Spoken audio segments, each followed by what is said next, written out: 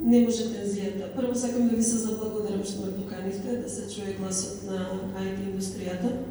Јас дека нема да зборувам од моје лично име, него ќе зборувам сепак од тие заклучоци кои што ги направивме пред 2 дена во одредна седница на управниот одбор на МАСИТ, за да понесеме и да заземеме став околу и ова прашање на оваа конференција, како и да заземеме став за стратегијата која фативме да ја работиме со министерката Мила Царовска за спречување и зачувување на младите IT кадри во државата.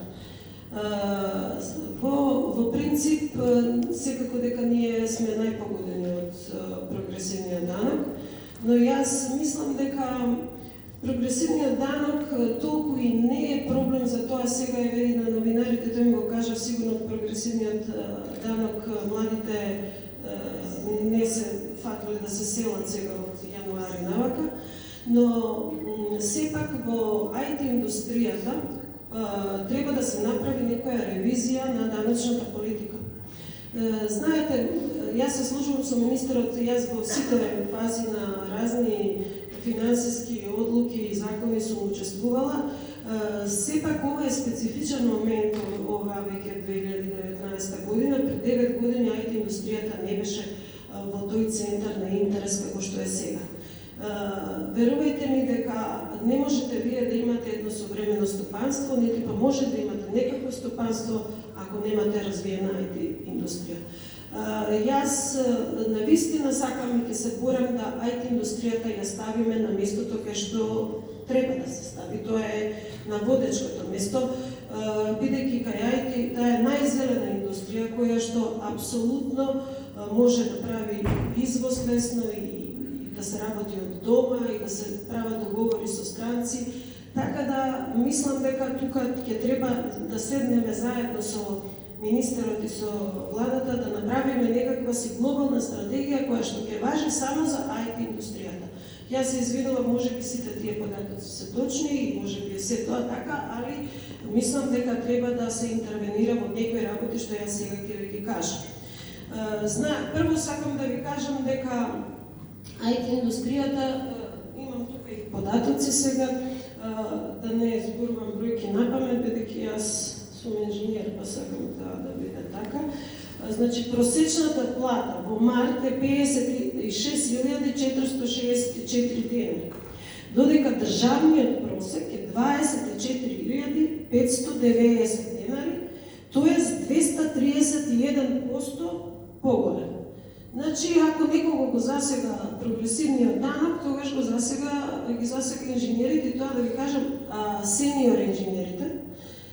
Значи, околу 30% од инженерите плаќаат стапка од 18%, значи највисоката стапка ќе платат. Во принцип, тоа не е толку, да кажеме, како да кажем, само делот од прогресивниот данок. Делот на сите даноци во однос на пензиско, здравствено и сите даноци кои што ги плаќаме од плата, секако е највисок кај IT секторот. Вие еден инженер, кога ако зема 2, 3 или не знам сега, зависи која фирма и на која позиција, тој плаќа многу високи придомеси. А здравственото осигурување, верувајте ми, нема веќе фирма која што не им прави приватно здравствено осигурување на IT инженерите, за да не си одат од државата. Значи, не се само деноците клучот во кој што IT инженерите сакаат да си одат. Значи, тука се повеќе фактори. Тука е здравството, тука е школството, значи, тие се сите елементи кои што се надевам дека ние ќе ги надминеме со стратегијата и веќе имаме некакви согледувања и предлози кои што би сакале да ги предложиме. Даноците како широк поим во IT индустријата, знаете ли дека само 11% е профитот во IT индустрија? 89% ние инвестираме во индустријата. Дали се тоа сертификати на вработени, дали се тоа во инфраструктура, дали се, значи, многу се инвестира, компаниите, ние како компании, многу инвестираме во нашите вработени. Значи, и материјално и се. сега, може би не овде место, имаше предлог од министерот на МИО да данокот на добивка се намали на 3%, што ние добродојден ќе ни биде, но сепак дојдовме до заклучок дека има многу по-приоритетни работи него да стигнеме ние до добивките, па после ќе се бориме за намалување. Еве сега ќе ви кажам со какви проблеми се сретнуваме. Се сретнуваме со тоа да кажеме ние мораме да имаме одредени сертификати на вработените заради нашите вендори, заради нашата фирма да учествуваме на тендери. Ние, значи тие сертификати се добиваат на лично име. Не може фирмата да кажеме да се има на свое име како портфолио. На тие сертификати, каде и да ги праќаме во Германија, во Словенија, каде што треба некогаш и во Америка, ние плаќаме персонален данок. И сега тој човек си го поседува тој сертификат, станува senior developer, ќе собере еден друг сертификат, трет, ќе си ги спакува коферите и си оди во Германија. Најстрашно сега во моментов е што не си одат младите. Јас се сложувам дека може би има зголемување на нови вработени, но знаете, 7.000 има IT софтвер инженери во Македонија, што повеќе години не се менува бројката. Не дека млади од Фейт, Финки и други универзитети не се запослуваат, него сега си одат senior девелопери, каде што државата инвестирала многу, ние како фирми сме инвестирале многу. Тие ги фаќа прогресивниот данок. Значи, тие, таму треба да се интервенира во даночната политика.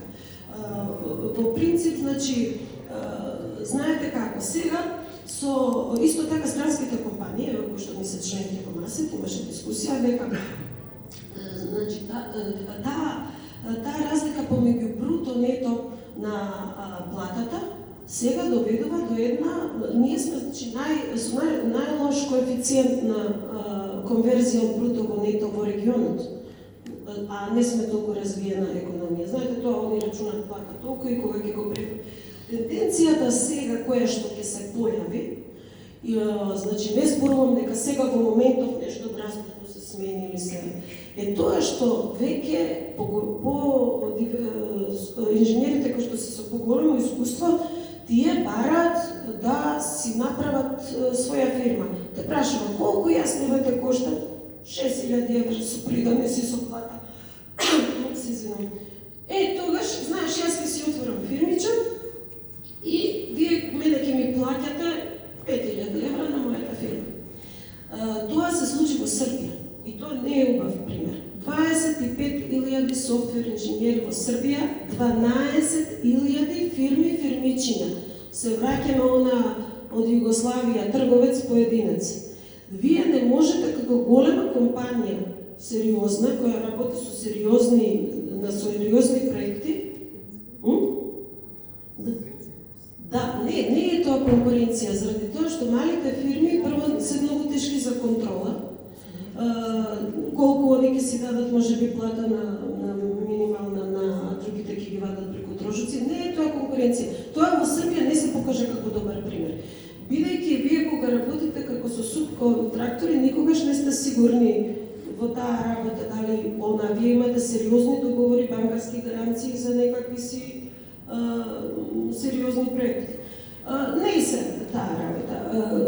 Исто така, проблемот на донациите кај нас, јас кога стипендирам, да кажеме, имам нашата фирма, стипендира деца кои што студираат на Финки и на Фейт, ние плаќаме исто така персонален данок на стипендијата која што им ја даваме. Значи, мора да се направи едно ослободување и една, да кажеме, систем во кој што ќе се почувствуваат фирмите IT, а особено IT инженерите, дека се барани и сакани и тоа се. Јас мислам дека најлесно во државата е да се задржат IT инженерите, бидејќи платите се високи. И тоа, значи, јас ќе го повторам по не знам кој пат. 1.500 евра во Македонија се многу повеќе од 4.000 евра во Германија. И тоа никој не може да ме разумее. Значи, овдека си имате инфраструктура, си имате фамилија, имате решено деца кои да ви чува, имате. Тоа во здравство е сосема друга приказна.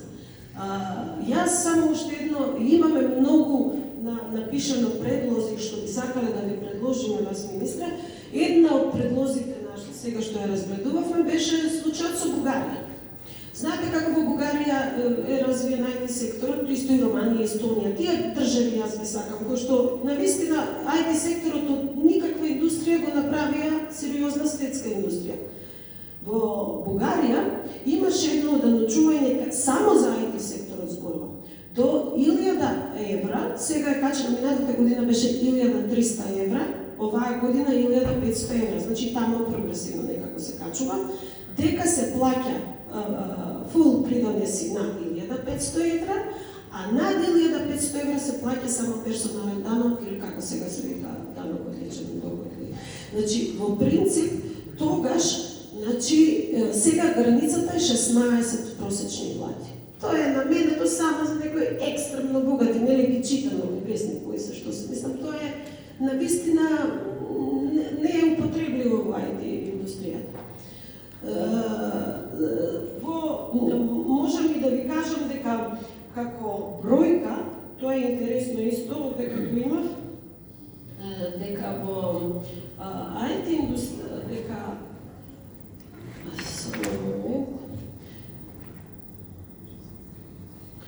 значи, во 2018 година, според податоците на Централниот регистар, има 2308 компании кои вработуваат 13514 вработени со 48 милиарди денари остварен приход, кој учествува со 7,8% во бруто домашниот производ. Значи, ние сме најбрзо растечка индустрија.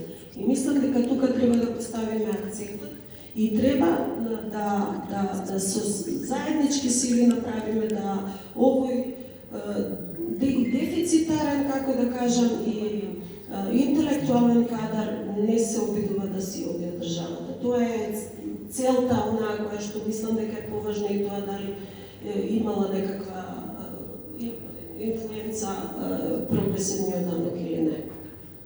Дали уште нешто сакате или доретие? За сега ќе оставиме за публиката покасно да се вклучи во дебатата. Ви благодарам, особено е релевантна оваа дискусија што е спомната и од страна на вашите колеги работодавачи кои што беа интервјуирани околу квалитетот на јавните трошења и како ги трошиме собраните средства. Сега тука би сакал да се надобрзам и да го поканам професорот Горан